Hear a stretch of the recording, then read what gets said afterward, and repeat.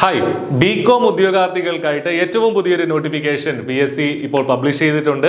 Assistant in Kerala financial corporation. അപ്പോൾ Kerala financial കോർപ്പറേഷനിൽ assistant ആവാനുള്ള ഒരു മികച്ച അവസരമാണ് ബികോം പാസ്സായ എല്ലാ ഉദ്യോഗാർത്ഥികൾക്കും കൈവന്നിട്ടുള്ളത്. അപ്പോൾ നിലവിൽ ഈ പരീക്ഷയ്ക്കായിട്ട് നിങ്ങൾക്ക് അപ്ലൈ ചെയ്യാം. അപ്പോൾ ആ നോട്ടിഫിക്കേഷന്റെ വിശദാംശങ്ങളിലേക്കാണ് നമ്മൾ പോകുന്നത്. അപ്പോൾ കൂടുതൽ കാര്യങ്ങൾ നമുക്കറിയാം.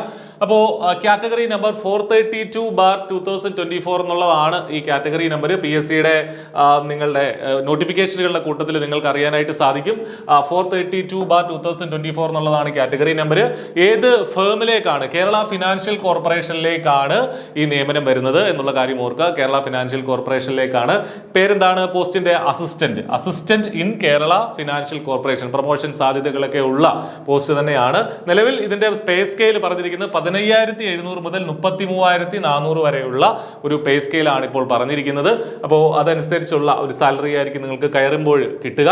ഇനി number of vacancies anticipated vacancies എന്നാണ് പറഞ്ഞിരിക്കുന്നത്. അപ്പോൾ കഴിഞ്ഞ തവണത്തെ ലിസ്റ്റിൽ നിന്ന് എത്ര പേർക്ക് നിയമനം ലഭിച്ചു എന്നുള്ളതൊക്കെ നമ്മൾ ഈ വീഡിയോയിൽ പറയുന്നുണ്ട്. അതിൽ നിങ്ങൾക്ക് കാണാൻ സാധിക്കും. ഇതിന്റെ ലാസ്റ്റ് ഡേറ്റ്, അപേക്ഷിക്കാനുള്ള ലാസ്റ്റ് ഡേറ്റ് 2025 ജനുവരി 1-ാം തീയതിയാണ്. അപ്പോൾ അതുവരെ കാത്തിരിക്കേണ്ട. നിലവിൽ ഈ യോഗ്യതയുള്ള ഉദ്യോഗാർത്ഥികൾ തീർച്ചയായിട്ടും PSCയുടെ നിങ്ങളുടെ പ്രൊഫൈലിൽ ചെന്നിട്ട് കൃത്യമായിട്ട് ഇത് അപ്ലൈ ചെയ്യുക. ഓക്കെ. ഇനി ഏജ് ലിമിറ്റ് ശ്രദ്ധിക്കുകയാണെങ്കിൽ 36 വയസ്സ് വരെയുള്ളവർക്ക് ഈ പരീക്ഷയ്ക്കായിട്ട് അപ്ലൈ ചെയ്യാം. 18 മുതൽ 36 വയസ്സ് വരെയാണ് ഇതിന്റെ ഏജ് ലിമിറ്റ്. 2/1/1988 ശേഷം ആ തീയതി ഇൻക്ലൂഡഡ് ആണ്. അതിനുശേഷം ജനിച്ച ആളുകൾക്കാണ് ഇതിന് അപ്ലൈ ചെയ്യാൻ പറ്റുക എന്നുള്ള കാര്യവും കൂടെ ഓർത്തിരിക്കുക. ഓക്കെ. ഇനി ഇതിന്റെ ക്വാളിഫിക്കേഷൻ ശ്രദ്ധിക്കുക. ക്വാളിഫിക്കേഷനിലേക്ക് പോയി കഴിഞ്ഞാൽ ബികോം ആണ്. B Com from a recognised university with 60% or above marks, അതായത് 60% അതിന് മുകളിലോ മാർക്ക് വാങ്ങി ബികോം പാസ്സായ, ഏത് സ്പെഷ്യലൈസേഷൻ ആണെന്നും ഇതിൽ പറയുന്നില്ല, ബികോം പാസ്സായ എല്ലാ ഉദ്യോഗാർത്ഥികൾക്കും ഇത് അപേക്ഷിക്കാനായിട്ട് സാധിക്കും എന്നുള്ള കാര്യം കൃത്യമായിട്ട് മനസ്സിലാക്കുക. ബികോം ഉള്ള ആളുകൾക്ക് ഇതിന് അപ്ലൈ ചെയ്യാം. ഓക്കെ. അപ്പോൾ വളരെ ഒരുപാട് പേർക്ക് അപ്ലൈ ചെയ്യാൻ പറ്റുന്ന, ഒരുപാട് പേർക്ക് അവസരങ്ങളുള്ള ഒരു പോസ്റ്റ് തന്നെയാണ് ഈ പറഞ്ഞ കേരള ഫിനാൻഷ്യൽ കോർപ്പറേഷനിലെ അസിസ്റ്റന്റ് എന്നുള്ളത്. ഓക്കെ. ഇനി കഴിഞ്ഞ തവണ ഇതിൽ നിന്ന് എത്ര നിയമനം നടന്നു എന്ന് നോക്കിക്കഴിഞ്ഞാൽ കഴിഞ്ഞ തവണത്തെ റാങ്ക് ലിസ്റ്റ് നിലവിൽ വന്നത് 2021 ജനുവരി 12-ാം തീയതിയാണ്. ഇപ്പോൾ ആ റാങ്ക് ലിസ്റ്റ് എക്സ്പയർ ആയിട്ടുണ്ട്. 3 വർഷമാണല്ലോ നമ്മുടെ കാലാവധി.